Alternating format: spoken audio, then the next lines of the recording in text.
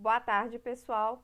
Iniciando aí mais uma aula sobre a China. Hoje nós vamos falar sobre a economia e política chinesa e vamos falar também sobre a questão demográfica, onde a gente vai ver a questão da política do filho único que foi implementada na China, tá?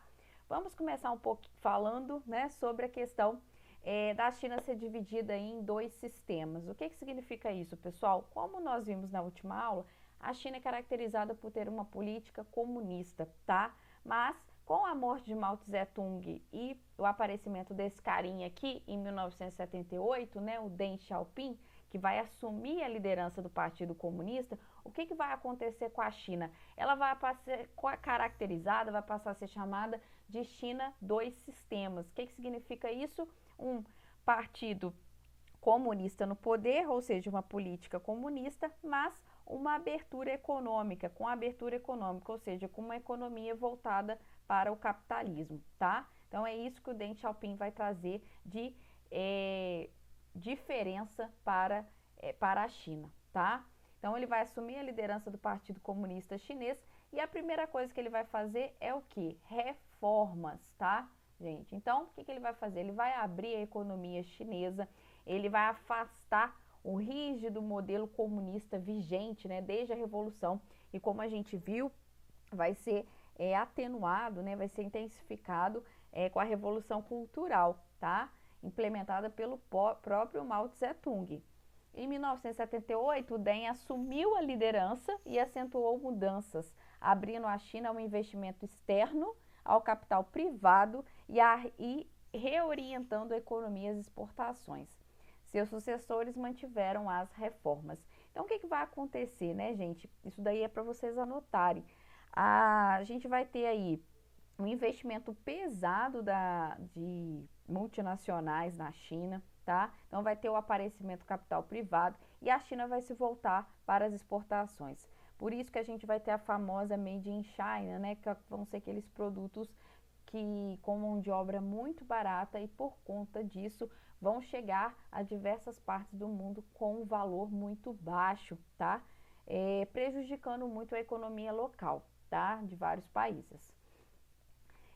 Então ele vai dar uma início aí uma série de modificações na economia, como eu já falei com vocês na semana passada, ele vai implementar o programa das 4 modernizações, tá? Então, o que significa isso, né? Ele vai visar acelerar o desenvolvimento dos setores que ele considera os primordiais, que são os setores agrícolas, industriais, ciência e tecnologia e defesa nacional.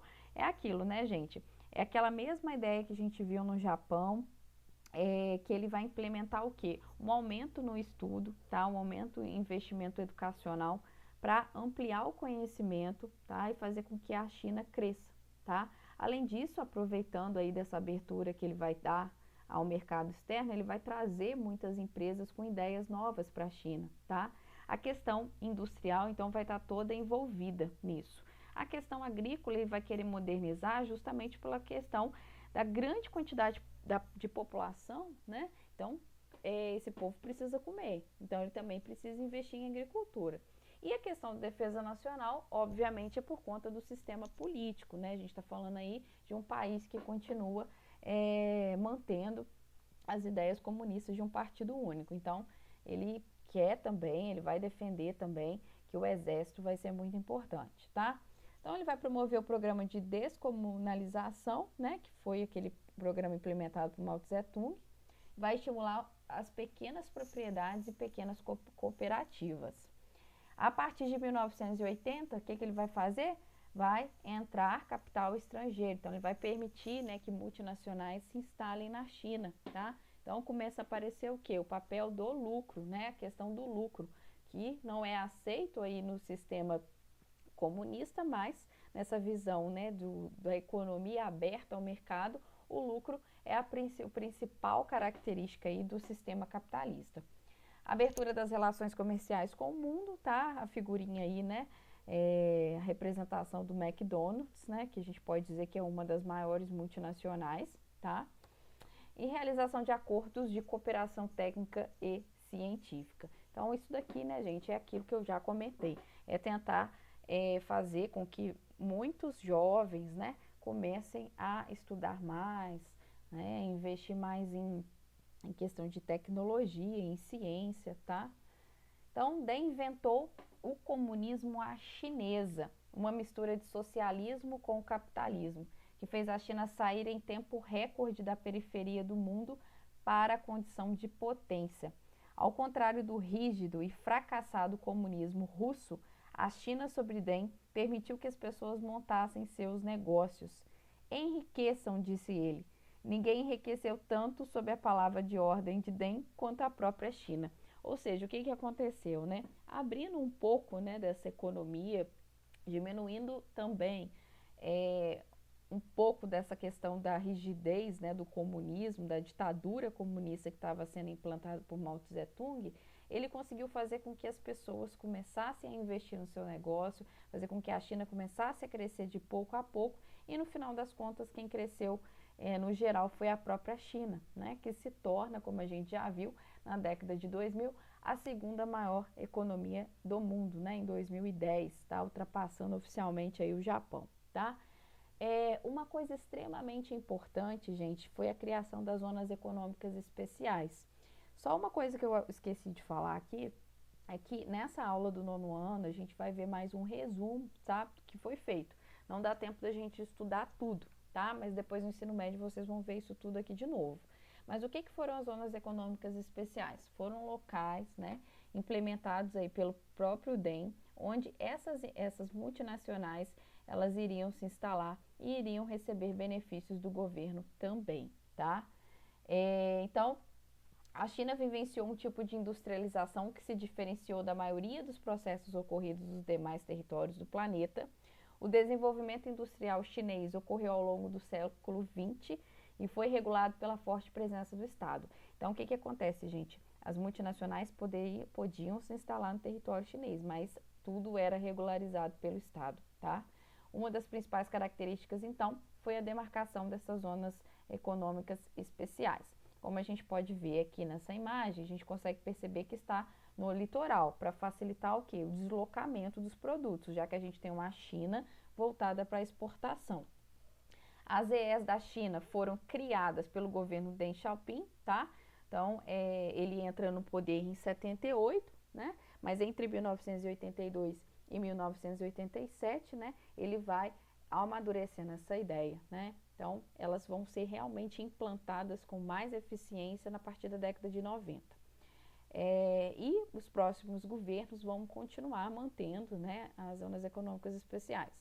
Elas são consideradas como o principal marco da transição chinesa do comunismo, né, ou capitalismo de Estado, na visão de alguns especialistas, para o capitalismo de economia de mercado, tá? Então, foi com a implantação das zonas econômicas especiais que o Deng realmente conseguiu fornecer, né, para essas multinacionais, para essas empresas estrangeiras, condições para que elas pudessem se instalar ali no território chinês e transformasse o país nessa economia de mercado, né, esse sistema misto, tá?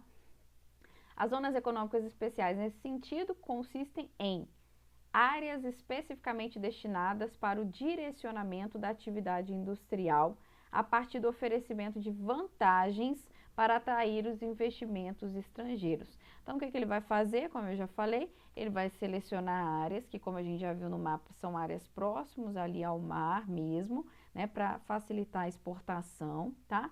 E nesses locais, o governo, o Estado, ele assume a responsabilidade com essas empresas de oferecer vantagens para elas. Então, elas vão usar, né, o território e, em troca, o Estado também oferece vantagens. Que vantagens eram essas, né? Impostos mais baixos, né, às vezes até isenção, e a questão da mão de obra muito barata, tá? Então, a gente tem aqui, né, demarcado aqui em azul, que vão ser a área de investimento estrangeiro, tá? Então, a gente tem a setinha azul aqui mostrando, né, a questão dos movimentos migratórios, porque muita gente que mora no interior vai querer, né, vir para essas áreas justamente para buscar emprego, porque a gente vai ter ainda uma área agrícola muito forte aqui, mas muito mais pobre, tá?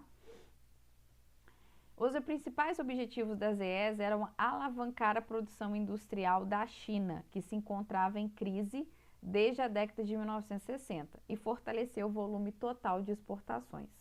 Tais metas foram cumpridas com elevado sucesso e podem ser consideradas como um dos principais meios pelos quais o modelo chinês apresentou o sucesso em termos econômicos, tornando o produto interno PIB, né, do país o segundo maior do planeta, tá?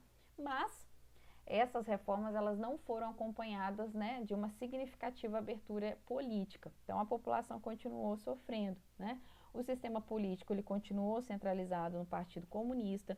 A gente continuou tendo, né, vendo manifestações populares, né, que foram muito reprimidas. Então, quanto mais o governo abria o mercado, mais a população, né, a sociedade chinesa recebia, né, pessoal, né, povo de fora, né, e quanto mais ela via essa diferença, mais ela queria fazer manifestação e mais isso era reprimido. Problemas e dificuldades na transição para a chamada economia e mercado socialista, tá? Bom, obviamente, como qualquer outra, não foi a gente estuda aqui, fica parecendo que foi de uma hora para outra, né? Que tudo foi perfeito, mas houve, claro, várias dificuldades e também várias pessoas que não concordaram, tá?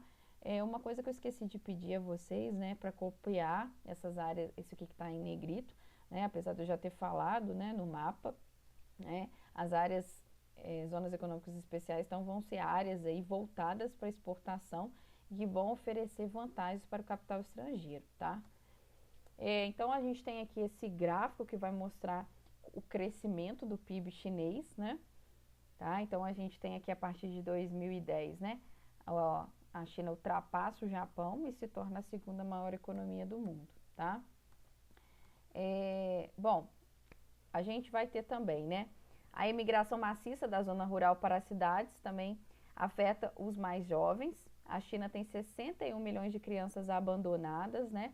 Que permanecem vivendo em seus vilarejos sem os pais. Apesar do aumento da renda pessoal, nem todo mundo se beneficiou igualmente.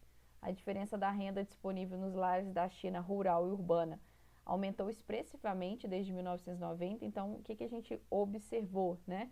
Apesar da China ter se tornado a segunda maior economia do mundo, a partir de 1990 houve uma diferença mais grotesca ainda entre o rural e o urbano na China, tá? Enquanto as cidades estavam crescendo muito, o rural, apesar de investimentos, a população ganha muito menos, tá?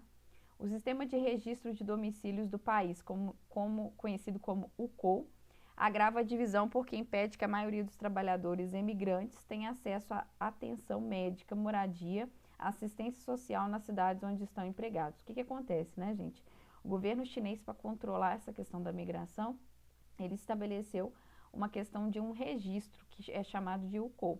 Então, as pessoas, para poderem migrar de uma cidade para outra, ela precisa desse registro. Se caso ela faz isso sem esse registro, ela passa a não ter acesso a nada, né? Educação, moradia, sistema de saúde, tá? Então, ela não pode ser empregada, então, ou seja, ela não consegue fazer nada. Então, isso é um limitador, né, que o governo estabeleceu para que limitasse realmente essa migração do campo para a cidade, já que a gente está falando de cidades que são altamente, né, ocupadas, tá?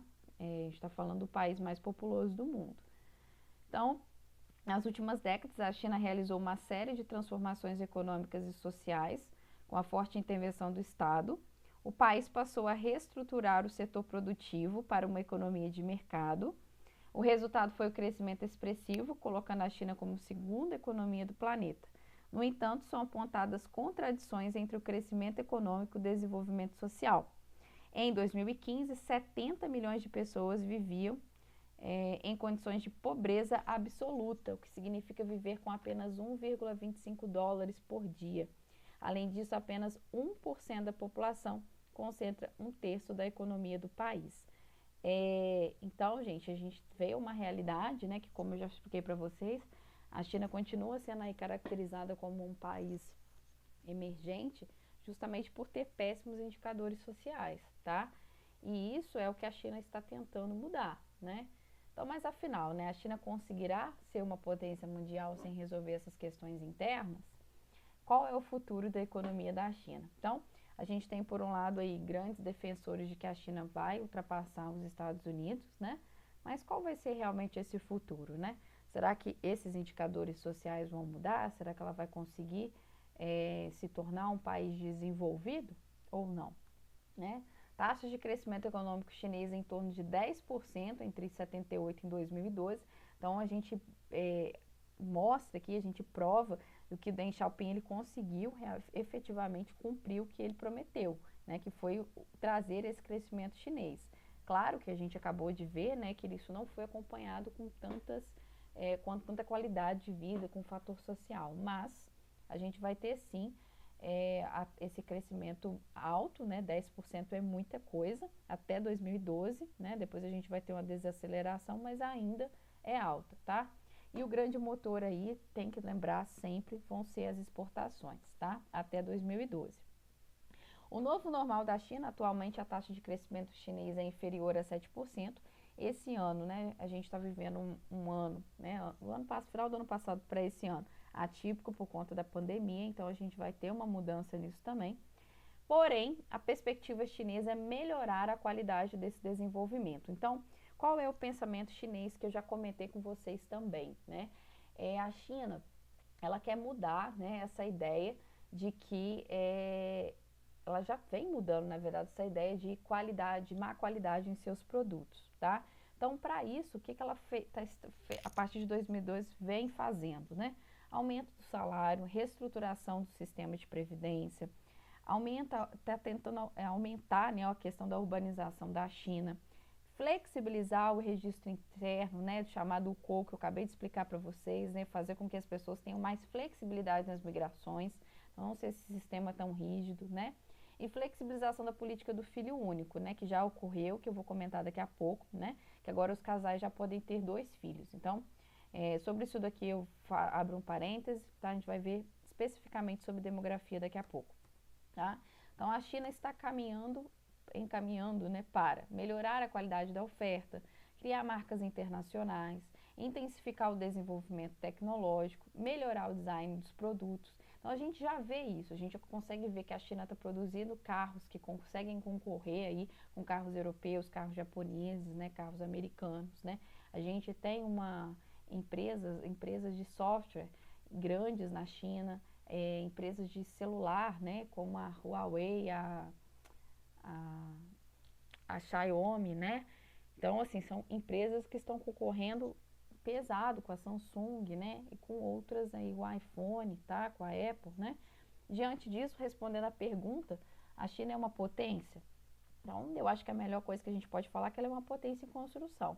Porque a gente tem, por um lado, uma potência econômica, mas um péssimo país em relação aos indicadores sociais. Então, um país que tem quase 1 bilhão e 400 milhões de habitantes. País com capacidade de dissuasão de uma guerra nuclear, né? Um país que consegue colocar astronautas e satélites em volta da Lua. País que vai criar sua própria estação espacial, né? Então, país que tem uma oferta industrial muito grande. País que gradativamente vem criando multinacionais. Aumento das marcas chinesas no exterior. O que isso é igual, né? Um país que está criando capacidades para se transformar em uma potência mundial. Então, a China vem aos poucos buscando, né? E a gente tem mais, né? Isso eu não vou entrar muito em detalhe, mas a gente vê sempre nos noticiários aí essa guerra econômica com os Estados Unidos, né? E a China ela não afrouxa, né? Ela bate de frente com Donald Trump aí, porque ela quer realmente se tornar a maior economia do mundo, tá? Então aqui, só para chamar a atenção da questão da concentração populacional, principalmente nas cidades aí de Pequim e Xangai, tá? E agora, né, a gente vai falar sobre a questão do controle populacional, que é essa questão da política do filho único. Mas antes, eu quero chamar a atenção de vocês que eu deixei aqui, ó, na pastinha, 2 slides. Esse aqui, tá? Indústria chinesa e mercado internacional. E esse aqui, demografia chinesa, são 2 slides elaborados pelos alunos do ano passado, que ficaram muito bons. Esse daqui tem muita coisa sobre a relação com os Estados Unidos, que não vai dar tempo de eu entrar em detalhes, mas aconselho vocês a fazerem isso, tá? E esse daqui que eu vou utilizar na aula a partir de agora, tá? Então, vou finalizar essa aula e vou abrir um outro PowerPoint para a gente falar especificamente sobre a questão da demografia chinesa. Então, um abraço para vocês, até a próxima aula.